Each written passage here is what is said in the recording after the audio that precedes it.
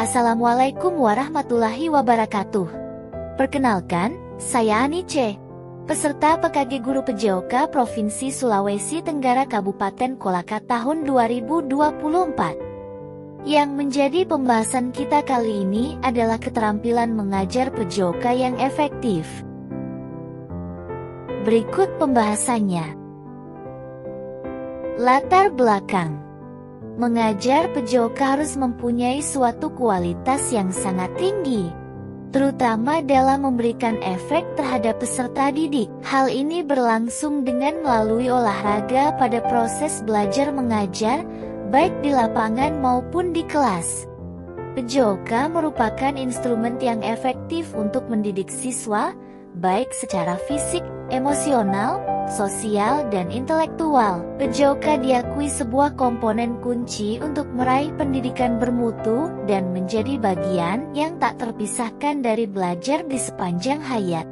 PJOK juga menyumbangkan kepada perolehan dan penghayatan nilai-nilai etika dan mendorong pelaksanaan fair play dalam sebuah fase kehidupan. Oleh sebab itulah, pengajaran yang efektif dengan dasar teori ini cenderung memfokuskan pada apa yang semestinya dilakukan guru secara efektif yang akan memberi dampak pada pembelajaran peserta didik.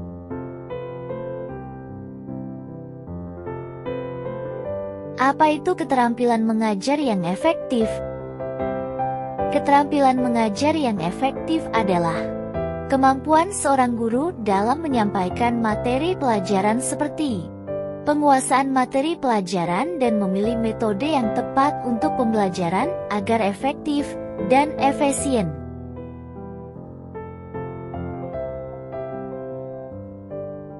Bapak Ibu sekalian, perlu kita ketahui bersama bahwa dalam meningkatkan keterampilan mengajar PJOK yang efektif terdapat 3 hal yang menjadi fokus utama kita. Yang pertama, konsep dan keterampilan mengajar yang efektif. Yang kedua, penyajian tugas gerak. Dan yang ketiga, analisis pengajaran yang efektif. Mari kita fahami terlebih dahulu, apa itu pengajaran yang efektif? Pengajaran efektif membutuhkan berbagai strategi, teknik, dan pendekatan untuk melibatkan peserta didik dalam mengembangkan pemahaman, keterampilan, dan mendukung keseluruhan tumbuh kembang mereka. Ada 4 cara agar pengajaran berjalan dengan efektif. Pertama, guru harus konsisten dengan waktu pembelajaran. Kedua, berikanlah materi pelajaran sesuai dengan silabus dan RPP. Ketiga, pemilihan metode atau model pembelajaran kerja kelompok. Keempat, gunakan sumber belajar bisa berupa buku atau alat peraga.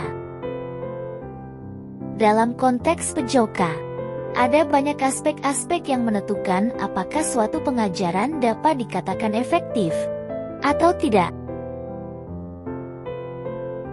Dalam aspek pembelajaran yang efektif, terdapat 9 aspek yang bisa dilakukan sebagai bentuk strategi dalam menyampaikan informasi kepada peserta didik di sekolah. 1. Tujuan pembelajaran harus jelas. 2. Keterlibatan aktif peserta didik. 403. Pengajaran berdiferensiasi. 4. Adanya progres dan tahapan atau pengembangan konten. 5. Demonstrasi keterampilan dan penjelasan. 6. Umpan balik. 7. Komunikasi yang efektif. 8. Penilaian dan evaluasi. Dan yang ke-9, keselamatan. Selanjutnya, Bapak Ibu, kita akan membahas aspek-aspek dalam penyajian tugas gerak yang diartikulasi dalam komunikasi yang efektif. Komunikasi efektif seperti ini berfungsi untuk mendapatkan perhatian peserta didik dengan cara menetapkan tanda dan prosedur, mengatasi faktor lingkungan dalam pembelajaran, memastikan peserta didik dapat mendengar apa yang telah guru sampaikan dengan baik, dan dapat melihat kita dengan jelas. Sampaikan tugas gerak dengan jelas, efektif, efisien, dan tidak menggunakan kalimat yang tidak terlalu panjang. Contoh, dengan menggunakan bahasa verbal seperti menghitung 1, 2, 3, atau mulai.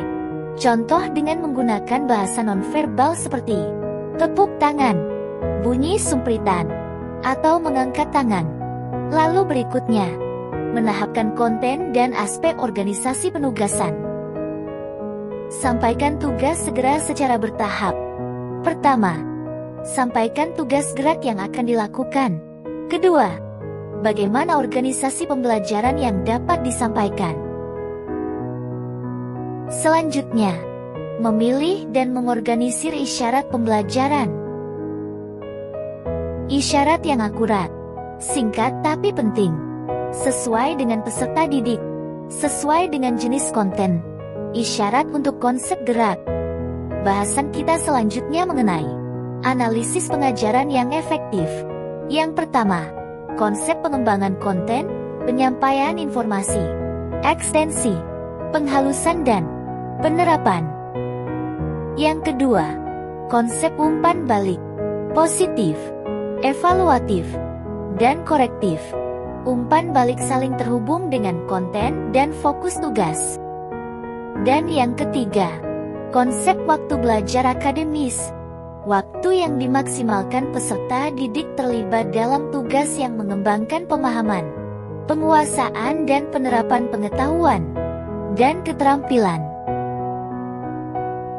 Demikian pembahasan kita kali ini mengenai keterampilan mengajar guru PJOK yang efektif. Terima kasih. Semoga apa yang ditayangkan dapat memberikan manfaat.